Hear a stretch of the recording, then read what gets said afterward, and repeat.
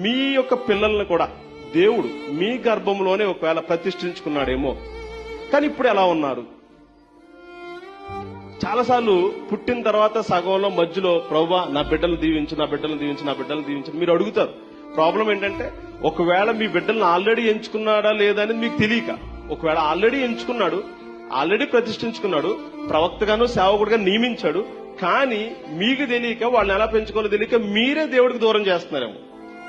మీరే దేవుడికి దూరం చేస్తూ, మీరే దేవుని సేవకి దేవుని చిత్తానికి దూరం చేస్తూ మళ్లీ దేవుడికి అప్పగించుకుంటూ ప్రభువా నా బిడ్డను దీవించిన అమాయకుల్లాగా అడుగుతున్నారేమో, ఎవరికి తెలుసు?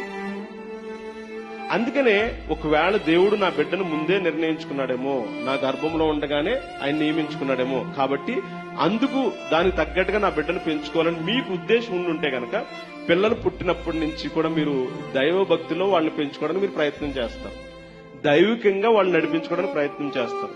చాలా మంది చర్చిలకే పిల్లల్ని సరిగా పంపించరు, ఇంక దేవుడు ఎలా వాడుకుంటాడు చెప్పండి? అసలు చర్చికి వెళుతున్నారో లేదో కూడా మీరు పట్టించుకోరు. ఒకవేళ వాళ్ళు వెళ్ళట్లేదన్నా సరే నవ్వి వదిలేస్తారు, లేకపోతే ఓకే వెళ్ళారని కుదిరినప్పుడు వెళ్ళరని చెప్తాం, లేకపోతే మీరు పట్టించుకోరు. ఇంకా మేం చర్చికి వెళ్తే చాలు, మేం చర్చిలో బలపడితే చాలు, మా ప్రార్థన ద్వారా దేవుడు మా పిల్లలకి ఏదో చేసేస్తాడని అనుకుంటుంటారు. ఎలా చేస్తాడండి?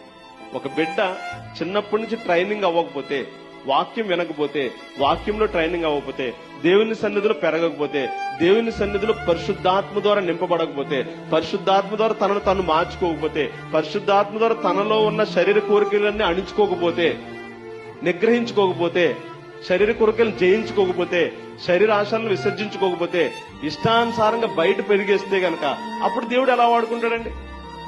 మన అమాయకత్వం కాకపోతే. కానీ మనలో ఎక్కువ శాతం ఏమంటామంటే దేవుని చేత వాడుకోబడతాడు లేదా అది నాకు అనవసరం, దేవుని చేత దీవింపబడితే చాలంటాం. ఇట్లా ఉంటది మన వెర్షన్ అంతా. దయచేసి ఒకసారి ఆలోచించండి.